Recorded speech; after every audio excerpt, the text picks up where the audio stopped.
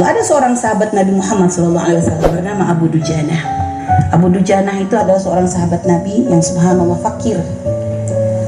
Beliau tuh rajin, kalau sudah sholat bersama Nabi rajin sampai tuntas baru pulang. Tapi berapa hari dilihat oleh Nabi, dia tuh pulang sebelum waktunya Nabi berdoa. Padahal sahabat tuh kan doa Nabi kan dinanti dong. Doa Nabi kan kabul semua. Ini sahabat ini selalu pulang sebelumnya. Nabi belum beres dia pulang, waktu itu subuh. Sehingga akhirnya Nabi pun penasaran, karena Nabi itu perhatian ibu. Nabi itu padahal segitu banyaknya sahabat, tapi Nabi itu memang karena Nabi itu benar-benar jadikan sebagai rahmat lil alamin. Nabi itu teliti dengan kondisi sahabatnya, dengan apa yang dirasa sahabatnya. Nabi itu perhatian. Sehingga akhirnya waktu ketemu di hari berikutnya ditanya sama Nabi, ya Abu Dujanah, kenapa kamu, aku lihat berapa hari ini pulangnya kok buru-buru? Kamu gak ada hajat tak dengan Allah? Kamu gak ada hajat tak? Akhirnya dia nangis. Ya Rasulullah, hajatku banyak. Ya terus kenapa kamu buru-buru pulang? Kenapa nggak tenang dulu? Mungkin nunggu sampai isyraq, sekalian duha. Pengennya bang begitu katanya. Tapi ya Rasulullah, aku ada sebab. Apa sebabnya katanya? Ya Rasulullah, kami itu keluarga fakir.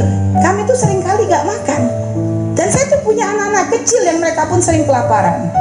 Waktu itu Abu Dujanah tuh mengatakan, pagi hari ketika aku pulang dari masjid ya Rasulullah, aku melihat anakku itu mengambil buah kurma yang jatuh, yang pohon kurmanya itu adalah milik tetanggaku. Jadi tetangganya tuh punya pohon kurma tuh lebat banget. Kalau pagi namanya buah tuh jatuhan di bawah kan gitu ya, pagi itu kan buah tuh kan berjatuhan. Aku lihat waktu itu anakku kok ngambil buah-buah yang jatuh di bawah karena anak kecil lapar ya. Jadi dia langsung main dimasukin aja ke mulutnya. Dan aku begitu melihat anakku mengambil kurma tersebut ya Rasulullah, aku kejar, aku lari, aku ambil anakku, lalu aku ambil buah yang ada di mulutnya tadi, aku muntahkan, aku keluarkan ya Rasulullah. Dan aku katakan kepada anakku, nak, jangan sampai kamu mempermalukan abahmu nanti di akhirat dengan memasukkan sesuatu yang gak halal ke perutmu. Lihat, seorang bapak, kayaknya kalau kita melihat mengeluarkan sampai anak dimuntahin begitu kok kayaknya kejam.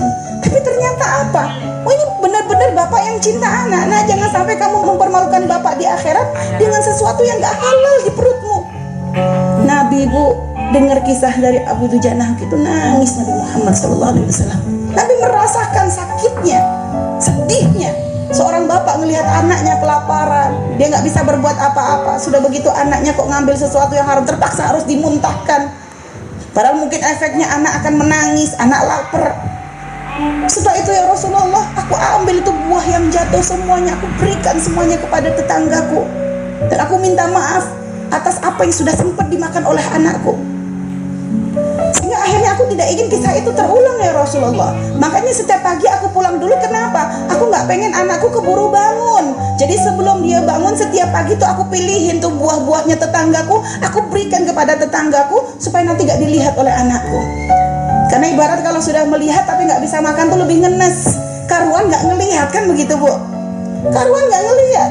Jadi ngelihat tapi nggak bisa dapat tuh ngenes. Makanya begitu bela-belain pulang dulu menjaga anak jangan sampai memasukkan sesuatu yang haram.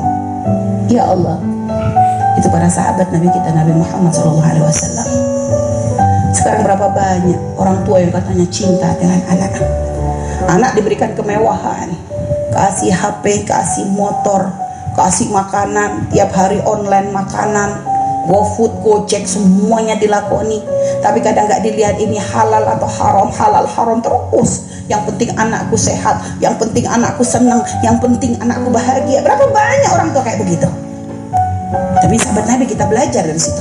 Akhirnya Nabi subhanallah, di kisah itu akhirnya Nabi coba nawar kepada tetangganya Abu Dujanah. Didatangi tetangganya Abu Dujanah yang ternyata adalah seorang munafik.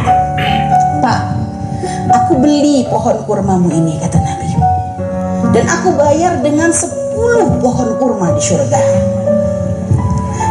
Dibalas dengan 10 pohon kurma di surga. Tapi dasar kalau orang memang gak dapat hidayah, jawabnya apa?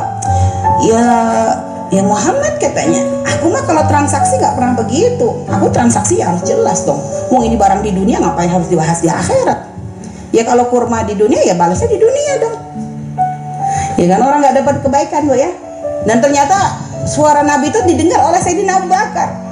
Akhirnya Sayyidina Abu Bakar langsung mengatakan, aku bayar katanya dengan 10 pohon kurma. Aku punya 10 pohon kurma yang sangat bagus, buahnya sangat lebat di tanah begini-begini gitu.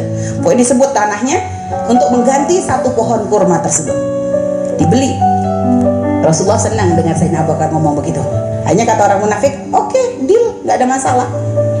Setuju, karena balasannya di dunia. Sehingga akhirnya subhanallah, orang munafik itu pulang ke rumahnya. Wah, hari ini aku benar-benar beruntung. Kenapa? Aku membuat kesepakatan yang sangat menguntungkan. Pohon kurma kita ditawar oleh Muhammad dan sahabatnya dengan 10 pohon kurma.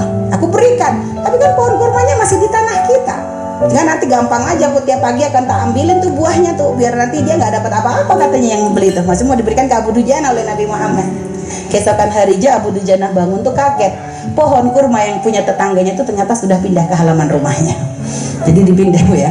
Jadi itu termasuk mujizatnya Rasulullah SAW. Jadi memang punya tetangga niat jelek begitu akhirnya dirubah sama Allah. Lah ini lihat. Ya memang masalah mujizat Nabi mah kita nggak usah kaget. Tapi pelajaran yang agar benar-benar kita tuh menjaga dari sesuatu yang haram.